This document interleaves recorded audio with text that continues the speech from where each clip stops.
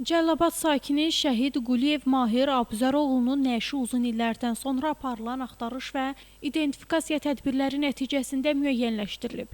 1958-ci il oktyabrın 31-də Cəlilabad rayonunda anadan olan Mahir Quliyev 1-ci Qarabağ müharibəsi zamanı könüllü olaraq döyüşlərə qatılıb. O, 1992-ci ilin 15 iyun tarixində Ağdərə rayonu istiqamətində gedən ağır döyüşlər zamanı itkin düşmüşdü.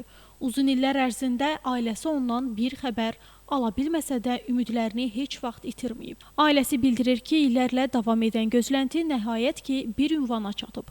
Onların sözlərinə görə Mahir Quliyev vətən uğrunda döyüşə gedərkən ailəsinə yalnız bir söz demişdi: torpaq uğrunda gedirəm, qayıtmasam da vətən sağ olsun.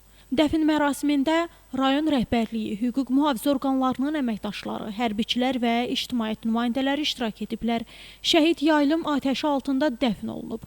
Dövlət himni səsləndirilib və Azərbaycan bayrağı ailəsinə təqdim edilib.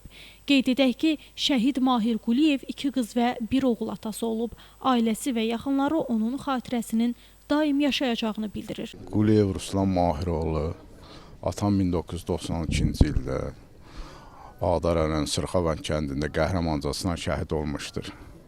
Allah bütün şəhidlərimizi rəhmət eləsin. Allah sizləri də can sağlığı versin ki, gəldiniz, işıqlandırdınız. Allah Azərbaycan xalqını qorusun. Mən həm sevindim, həm kədərləndim. Ən çox da sevindim ki, Allahıma şükürlər elədim ki, Allah bu günlərimə şükürlər olsun ki, atamı 34 ildən sonra mənə qovuşdurdun. Bundan mən sevincli gün heç zadı ola bilməz mən üçün. Həyatımda ən sevincli günlər bu günlər oldu mən üçün. Quliyev Mahir 34 ildir itkin düşmüşdü.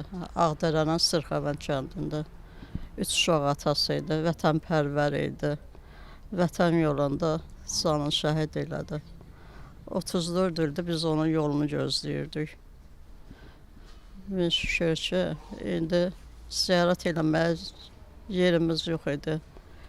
Sağ olsun prezidentimiz ki, onun cənazəsini bugün gətirirlər. Həm kədərləndik, həm sevindik ki, ziyarət yerimiz oldu.